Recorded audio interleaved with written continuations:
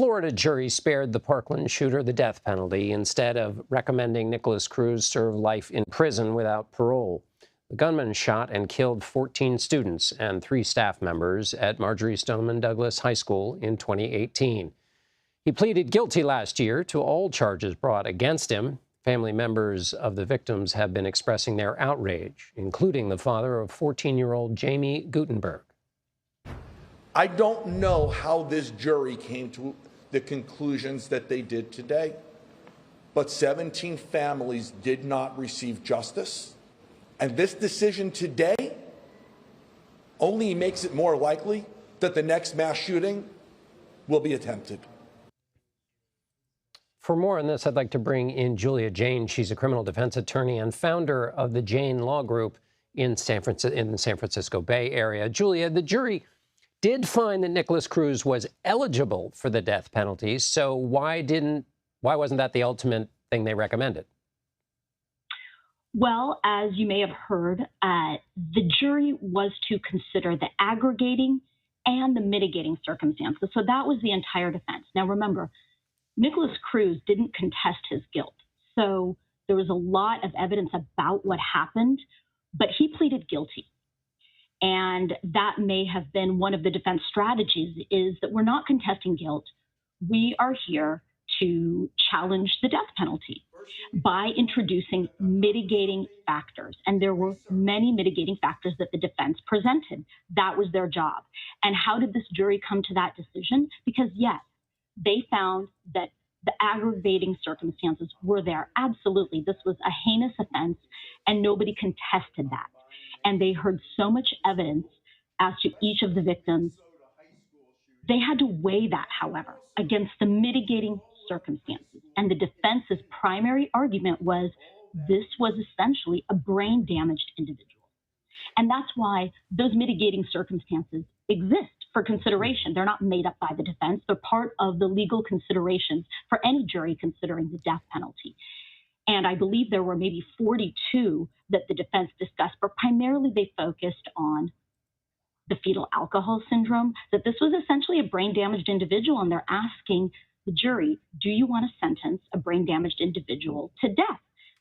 3 jurors, as I understand it, said no, and it must be a unanimous verdict. The 3 jurors found those mitigating circumstances were compelling enough not to issue the death penalty. Is this considered, as you pointed out, the jury can take mitigating circumstances into account, though certainly the reaction from the families was outrage. Is this, as a legal matter, an aberration? Is this rare? Often in these mass shootings, the shooter is there to commit suicide, so there aren't always so many jury recommendations. But how does this fit in the context of other cases like it?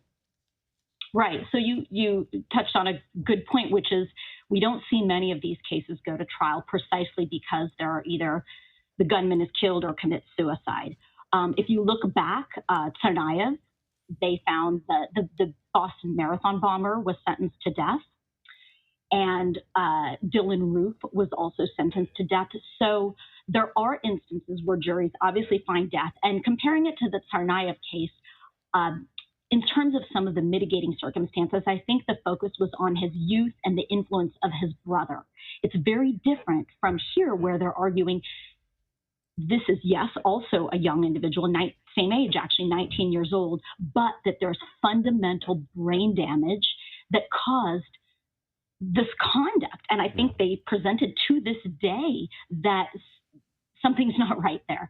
So I don't know that it's necessarily a pattern going forward. It's so case specific. I think overwhelmingly the statistics in the United States are that most individuals do support the death penalty. However, it varies state by state, and you look at the individual circumstances. There are instances, even in the Tsarnaev case, where the families of the victim were not in support of the death penalty, because we see that statistically speaking, the death penalty doesn't deter crime, and it's actually more expensive than life in prison. So there are a lot of factors to consider whether, what does this say for the future? It's certainly, the temptation is to say this will just cause more people to commit crimes, but statistically, if you look at the data, that is not the case. But it's frustrating for families, no doubt. They've gone through this whole trial, not because it was contesting guilt, but precisely on this very issue. And essentially, the government's taking it as a loss.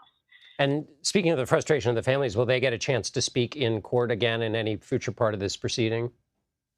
Well, there will still be a sentencing hearing, although the sentence is obviously determined.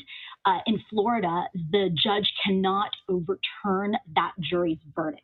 Okay, so that life sentence will stand, but there will be a hearing where individuals can be heard again. And it's certainly cathartic and also painful to have to relive that as during the trial and communicate all of that. But this individual will spend the rest of his life in prison.